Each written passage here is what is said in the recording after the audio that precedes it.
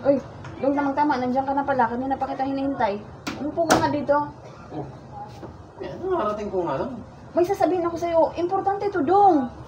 Umupo ka dito. Hinanda ko na nga itong upuan eh. Dati may gagawin tayo. Ano ba yan? Upo dito, bilis. Ano naman yung pakulumong yan? Dong, makinig ka. Gagawa tayo ng video. Kasi may nakapost doon sa barangay na si Mayor magbibigay ng tulong sa mga indigent family na may kapansanan ang isa sa pamilya. And sabi ko doon, ngungo ka. Ano sinabi mo sa akin? Wala na akong maisip eh. Basta magpanggap ka na lang. Sabayan mo na lang ako. Ano naman to? Bakit naman ngongo? Okay na yun. Pwede naman sana kahit pilay na lang. Basta yun na ang sabi ko.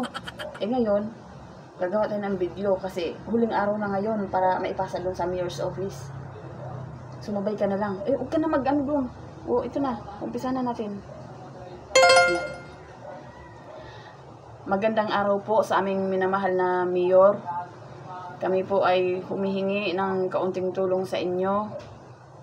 Kami po ay nagmula sa indigent family at sa katunayan po ang aking asawa ay mayroon pong kapansanan.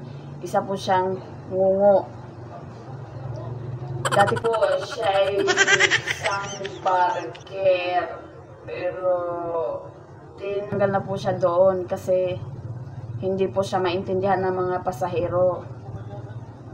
Sumigaw ka nga ng Bicol. Bicol. Oo, sigaw.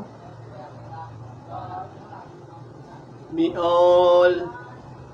Nanga. Biol. Bingol, bingol, bingol. Bagyo, bagyo. Bagyo. Bangyo. Sunod. Mangyo, mangyo. Ano mangyo, mangyo. Ang bastos pong pakinggan, di ba? Sinubukan naman ho niyang magtinda ng gulay. Ang problema ho, halos wala kaming benta. Meron pa nga ho pagkakataon, binato siya ng mga residente kasi akala nila may asong umalulong. Sumigaw ka nga ng talong. Talong.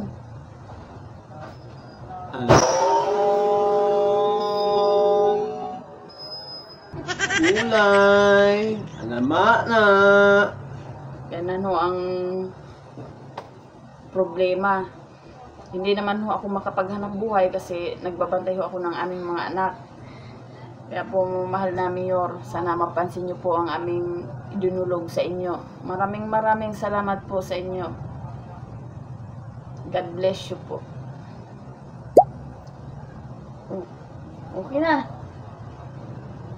Sana maaprubahan tayo ni Mayor. Muno mga na. Manda ka na mamaya din ako. Ano ka? Natuluyan ka na? Walang iya ako. Alam mo yung nagawa mo sa akin. Ah, tuluyan ka na? Walang iya ako talaga.